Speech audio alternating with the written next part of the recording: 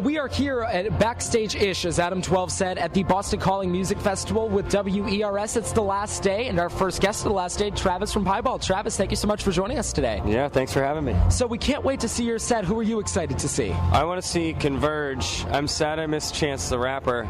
And I want to see Tool. So Converge and Tool would be the two things I want to see. Two good ones for sure. And do you remember the first festival that you ever went to, sort of either as an artist or as a fan? Yeah, I want to say it was the New Bedford Fest. And I want to say that was like 97 or 98. Obviously it was in New Bedford, but it was over a weekend, and bands like Lifetime, and I think Converge played, and I want to say Promise Ring actually played. It was a long time ago. I don't remember all the rest of the bands, but I do remember being there. It was fun. Nice. I was young. It must be nice to be sort of here at Boston Calling, repping the local scene, too. Yep, feels great. I'm proud and honored that they asked us to play. It's great. And now you guys haven't released a ton of new music in the past couple years, but you guys still have a lot of people here. This is sort of a buzzed about set. What do you think gets people coming? How do you sort of like attract the crowds at a festival? I don't know that we personally attract like the crowd to the festival. I think that people are attracted to the festival itself and like seeing a bunch of bands. So maybe we have like a slight influence, but I feel like it's people want to see the whole package, right? People want to be there for either the day or the whole weekend. So I think the festival draw is one of like, you're just going to be in this huge place with all these people and all sorts of different bands, and it's not just for one band. And maybe there are people that are here just to, like, they just came to see Tool. They just, or they just came to see us.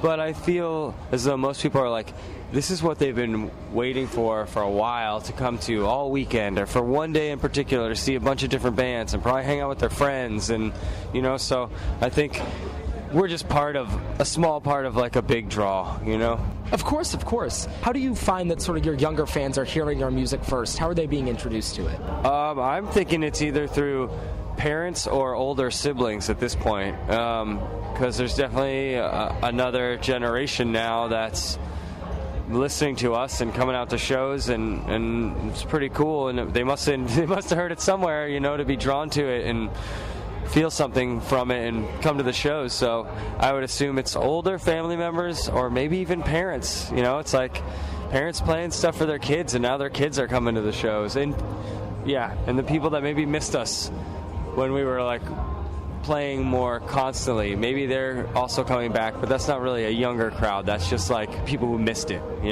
Of course, and it's a testament to your timeless lyrics, sir, as well. I could also add. Thank you.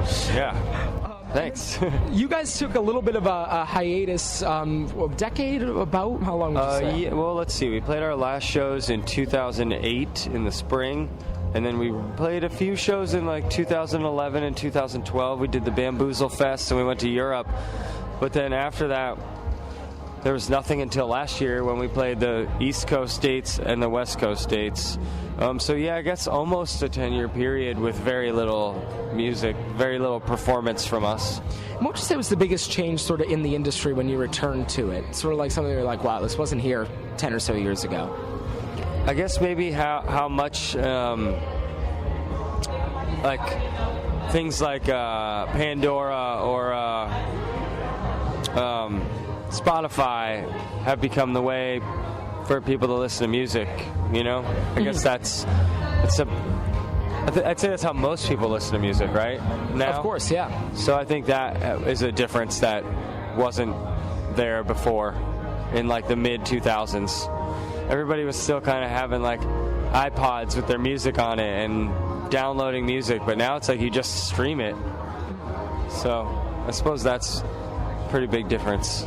And sort of with the time that you've had, when you look back on your catalog, is there any album that you would sort of want to take another crack at now, or are you pretty content with sort of the collection you've amassed? I'm content with it. I would never try to re-record something because it's like a place and time document, But I do think I would go back and do things differently, but you can't do that because I have the knowledge I have now, but I didn't have it then. I can't it's supposed to happen that way. Yeah. So it did, even if I would change things about it now, Yeah. It sort of captures a moment, and that moment is encapsulated on the record.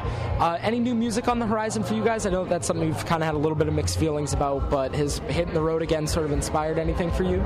Yeah, I guess we're thinking about it. We haven't really dived into anything new, but I guess I'm feeling the pressure of us, what that means for us to have a new song or a new songs or whatever. But yeah, we kind of kicked it around. At least the discussion happened where it was like, hey, you guys thinking about new songs? Do we want to try to write something sometime? So we'll see what happens. Take it slow. Baby steps. Baby steps. Well, let's see. If you could take any song and make it a Piebald song, what song would you want to take? The world only knows it as your song. Oh, I don't know. If I could take any song and make it a Piebald song. That is a tough question. I really don't have an answer, I guess. You caught me on that one. That's okay. I don't know. Or maybe your favorite song to cover? Well, we used to have a lot of fun with, You Shook Me All Night Long and Living on a Prayer. We kind of did, semi-goofy covers, Love Stinks by Jake Giles Band. But, yeah, I don't know. I don't even know what song we would cover now if we were to cover. Well, we did on our last record. We covered Strangers, but I bet if we were even to think of the new song that all of us would want to cover, I don't know what it would be. That is just such a difficult question. That's all right. Well, this will be the last one that I have for you today. Who are you listening to right now? Who has your ear? King Gizzard and the Lizard Wizard is one of my favorite modern bands. What else? I'm trying to think of things that are bands today. I went and saw that band Death, the Detroit punk band. They were really good. I saw the Pixies. I appreciated them. They were great. Yeah. So, yeah. King Gizzard, though. That's they're hot on my list right now. King Gizzard, great. Well, take a stroll down memory lane. Check out Piebald. My guest today has been Travis Shettel of that band. Travis, thank you so much for the time today. You're very welcome, Geoffrey.